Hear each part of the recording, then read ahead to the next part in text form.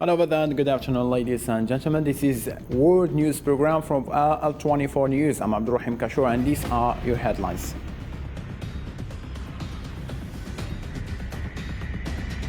Based broadcaster said Al Jazeera's journalist Shireen Abu Akleh was shot deliberately and in cold blood by the Zionist occupiers' troops in Jenin.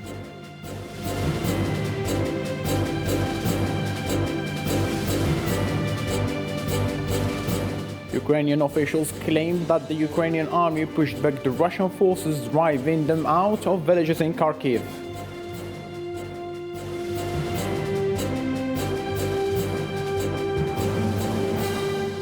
The President and Prime Minister of Finland said on Thursday that they were in favor of Nordic country joining NATO without any delay.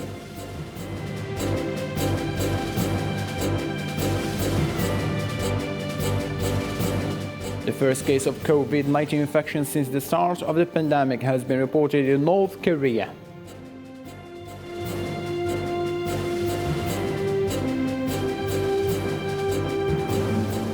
Hello again and welcome. Those were today's top stories. First, in our topical news, the Qatar-based broadcast said that Al Jazeera's journalist Shireen Abu Akleh was shot deliberately and in cold blood by the Zionist occupiers' troops in Jenin.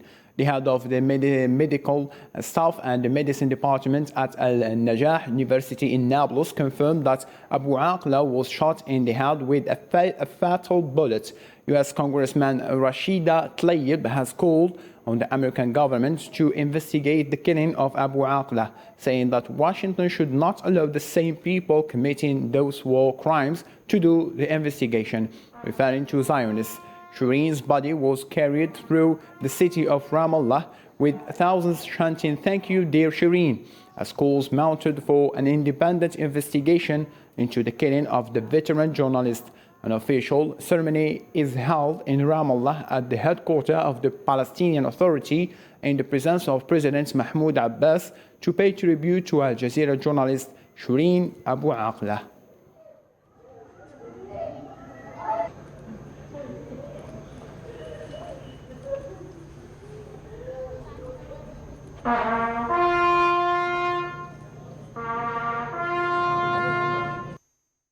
The occupation army retracted its narrative related to the killing of the murdered Shireen Abu Akleh, the correspondent of Al Jazeera network in Palestine, on Wednesday, after the occupation government realized that the issue had taken an international dimension for a journalist with American citizenship. More details with Hussein Berkan.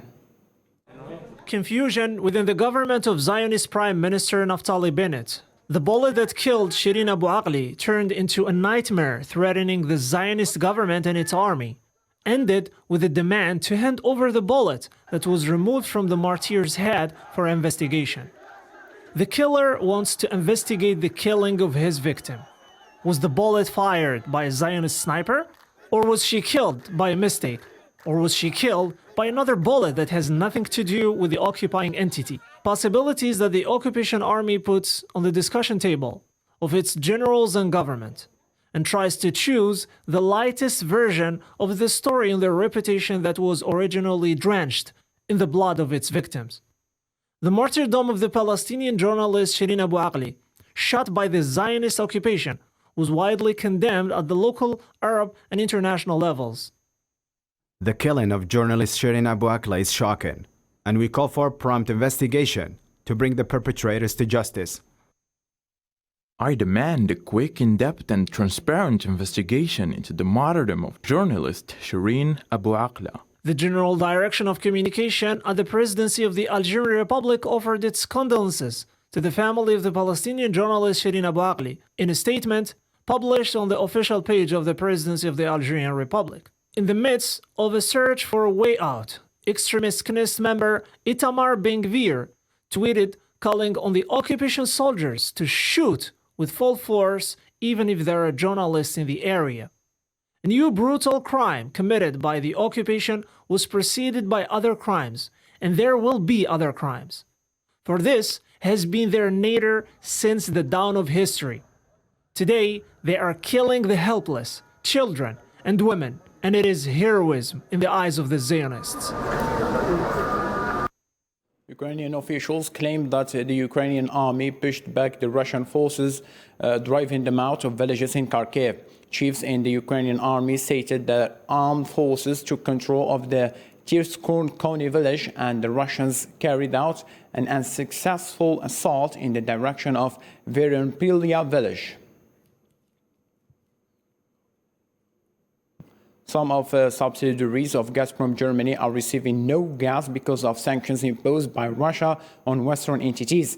German Economy Minister Robert Habeck said in a speech in Parliament on Thursday that Minister said he found an alternative suppliers without giving details, adding that his ministry would make information about substitutes available later in the day. Ich kurz mit einem aktuellen Ereignis anfangen. Gestern Abend Putin made public a decree according to which European gas suppliers will be sanctioned by Russia as of now. In Germany, Gazprom and its subsidiaries are affected. This means some of the subsidiaries are no longer getting gas from Russia. But the market offers alternatives. They are getting gas elsewhere. We are closely monitoring the situation. We prepared for this situation, and I or the regulator will inform you over the course of the day. But the situation is such that the gas market can completely compensate for the gas loss from der Russia. Gasmarkt den Gasausfall aus Russland. Japanese Prime Minister Fumio Kishida greeted European Commission President Ursula von der Leyen and European Council President Charles Michel in Tokyo. In the meeting, both sides talked about Japan-EU cooperation, including the Russian-Ukraine conflict, and aimed growing concerns in Asia about China's military ambitions, where the President of the European Council, Charles, emphasized on the importance deepening EU's consultation on China's winning in the Indo-Pacific.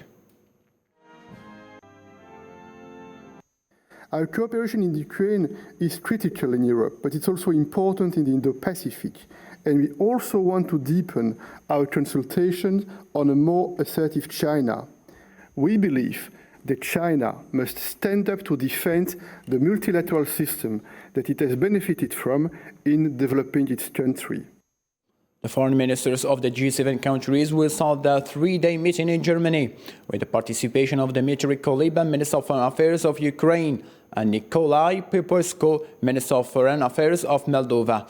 According to Andreas Zatsi, representative of the German Foreign Ministry, the center of the meeting will, of course, be the Russian military operation in Ukraine, its implication for energy and food security. The meeting will also discuss the role of China, situation in the Indo-Pacific region, Afghanistan, the Middle East, and combating climate change. The President and Prime Minister of Finland said on Thursday that they were in favor of Nordic countries joining NATO without delay. The presidency indicated that a press conference of the executive decisions concerning the security policy of Finland is scheduled for Sunday. A new position of Finland, which shares a border of 1,300 kilometers with Russia and painful past with its powerful neighbor. For us, joining NATO would be not against anybody. We would like to maximize our security in way or another while thinking membership in NATO. But it is not a zero-sum game. If Finland increases its security, it's not away from anybody else. Should Finland decide to apply, the accession of Finland would strengthen the security and stability of the Baltic Sea region and Northern Europe. Finland is a regional security provider and would further strengthen NATO as a future ally. The success of Georgian tourism in 2018 or 19, with over 9.3 million international travelers and $3.3 billion in industry revenues, pushed people to prepare for 2020. However, the pandemic destroyed all the plans and the hopes of the sector. Since Russia started its military operation in Ukraine, many Ukrainian refugees fled to Georgia, which made the situation and the tourist industry gets worse and worse. More in this report by Sofiane Kanchouri. The success of Georgian tourism in 2019, which saw over 9.3 million foreign visitors and $3.3 billion in revenue, has prompted people to start planning for 2020. However, the epidemic ruined all of the sector's goals and ambitions. Since Russia began its military operation in Ukraine, many Ukrainian refugees have fled to Georgia, worsening the situation and tourist economy. Only 134.7 thousand international visitors visited Georgia in the first quarter of 2021. According to the National Tourism Administration, this is down 89.7% from the same period previous year. Since March 2020, Georgia's borders have been partially blocked owing the epidemic. Georgian authorities opened their borders in March and expanded the list of nations whose residents are allowed to visit the country with having to undergo obligatory quarantine. On February 24, 2022, Russia launched a military campaign in Ukraine. Within days, the Ukrainians began leaving their homes and their country due to the fighting. Many of refugees sought asylum in Atlanta, putting the tourism industry's resurgence in jeopardy. Hundreds of migrants, mostly Afghans, have been evacuated from Parking Park turned camp near Paris, where they had been residing for months. According to a volunteer from the Solidarity Migrant Wilson, the refugees have been camped in Paris for more than 5 months, and they will receive the same treatment as Ukrainian refugees, despite the fact that both are leaving their countries due to conflict. After operation at reduced capacity in 2021 and 2020 due to the pandemic, people around the world returned to full function due to relief after the pandemic. But many are struggling to cope due to rising inflation and the price spike in all goods caused by the supply chain and driver issues. The details in this report by KFC. Global equities came under renewed pressure and government bonds rallied on Thursday after poorer than expected U.S. inflation data and signs of a Chinese slowdown stoked fears for the world economy. European stocks fell sharply on Thursday as global markets digested the latest inflation reading out of the United States. The inflation rate was higher than expected and still running close to a 40-year high of 8.5%. I understand what it feels like. I come from a family where when the price of gas or food went up, we felt it. It was a discussion at the kitchen table.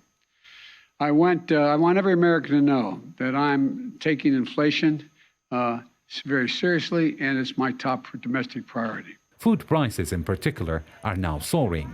In March 2022, they were 9.1% higher than in March 2021. So as food prices are higher, as more people are in need of our services, we're seeing decreases in some places that are really impacting us too, like decreased donations. A majority of our members are seeing a decrease in donations. Global growth was also under pressure from declining pandemic-era fiscal support. More recently, though, the overall rise in inflation has been driven by a surge in energy and food prices, especially since the start of the war in Ukraine on February 24, 2022. And we try to provide 3 to 5 days worth of food for each person that's in the household. Right now, we're 1 to 2, sometimes 3 days less than what we're able to give people. The UK economy shrank by 0.1% in March, but expanded by 0.8% for the first quarter of 2022 as a whole. Official figures showed on Thursday missing consensus forecasts and signaling that the worst is yet to come as the country's escalating cost of living crisis bites.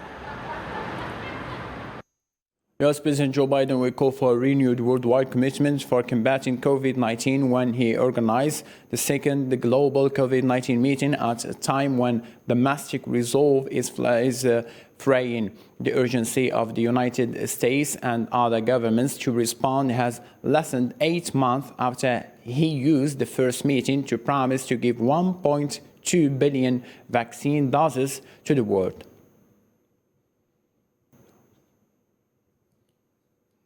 The first case of COVID-19 infection since the start of the pandemic has been reported in North Korea. The official press announced on Thursday, calling it a serious national emergency.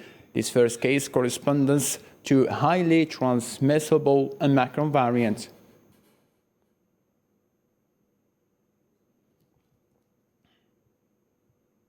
Travelers will no longer be required to wear masks on European flights or in airports. The decision was announced Wednesday by the European Union Aviation Safety Agency and European Centre for Disease Prevention and Control. In a statement, the agency said that they were lifting the measure due to rising vaccination rates and natural immunity across Europe, as well as several countries dropping domestic restrictions.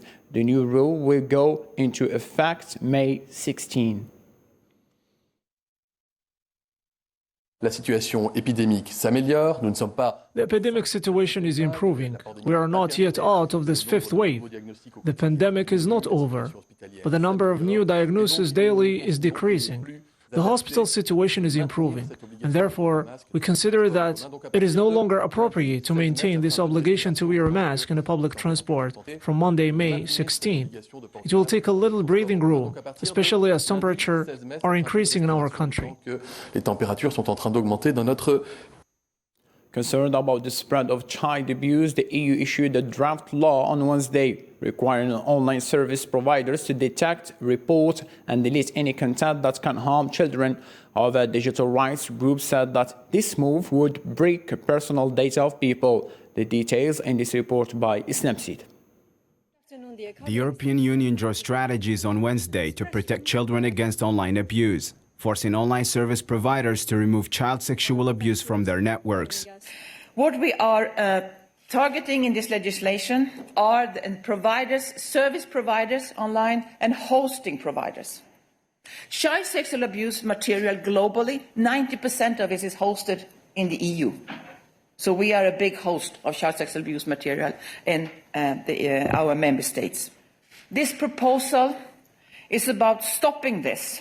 You should not have to relive your nightmares again. Google, Meta, and other online service providers will be required to find and remove online child sexual abuse under proposed European Commission rules. If these companies are not complied, the EU countries set fines for up to 6% of their annual income or global revenues. We propose to make it mandatory for all providers of services and hosting to make a risk assessment. Is there a risk that my service, my hosting, will be used or abused for sharing child sexual abuse material? They have to do the risk assessment. They have also to present what kind of mitigating measures they are taking. Meanwhile, some critiques argue that this plan could put people's personal communications at risk and would discourage companies from providing end-to-end encryption services. Incredibly disappointing to see a planned EU regulation on the internet fail to protect end-to-end encryption. It's important that any measures adopted don't undermine end-to-end encryption, which protects the safety and privacy of billions of people, including children. The Commission is also proposing the establishment of an independent agency to be based in The Hague and to share resources with Europol for combating this phenomena. Children usage of smartphones in the EU has increased in recent years and from much younger age, while 60% of child sexual abuse material worldwide is hosted on EU servers. According to officials, wild blaze destroyed around 20 homes and burning nearly 80 hectares, which forced many to evacuate. The wildfire swept through the wealthy southern California region of Laguna Niguel on Wednesday. However, no fatalities have been reported.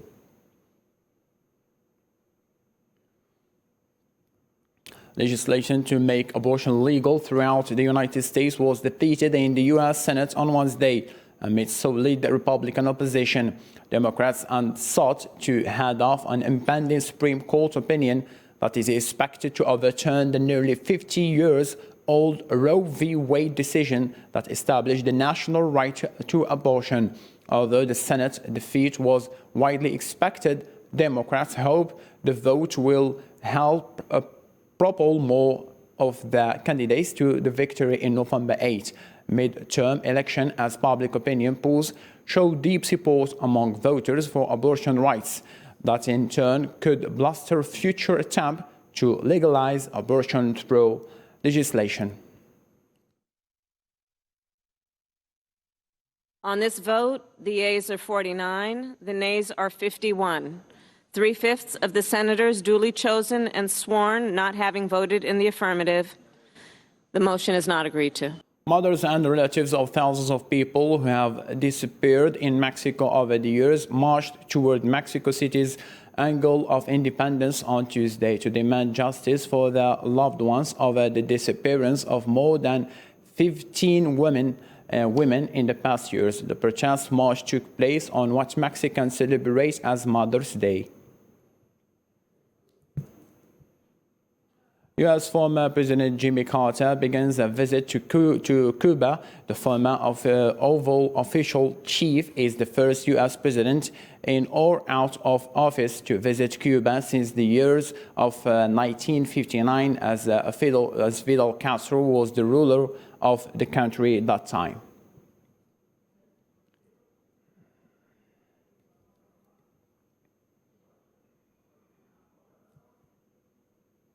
In Aberdeen, in the northeast of Scotland, offshore wind turbines, port extension works and hydrogen buses bear witness to the climate transition. But Britain's energy capital still lives and breathes to the beat of the oil industry. Marwab al-Iwaran, what follow? In Aberdeen, when you talk about the energy transition, you are told renewables boom. But in no case are we talking about a drop in hydrocarbons feedstuff, at least while there are some in the aging fields of the North Sea. So this is the largest UK marine infrastructure project in the UK. The new Aberdeen South Harbour is in addition to the capacity of the Aberdeen North Harbour.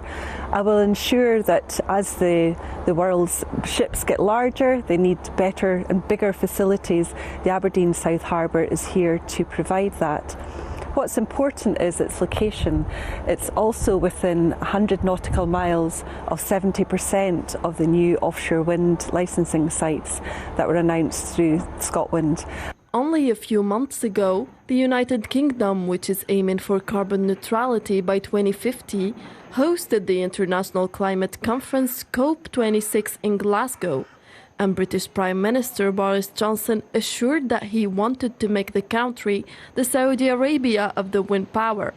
But since then, energy prices have soared, particularly with the Russian military operation in Ukraine. And the soaring cost of living has become the main concern of the British. But there are a lot of jobs and livelihoods, particularly in the northeast of Scotland and in Aberdeen specifically, that rely on oil and gas.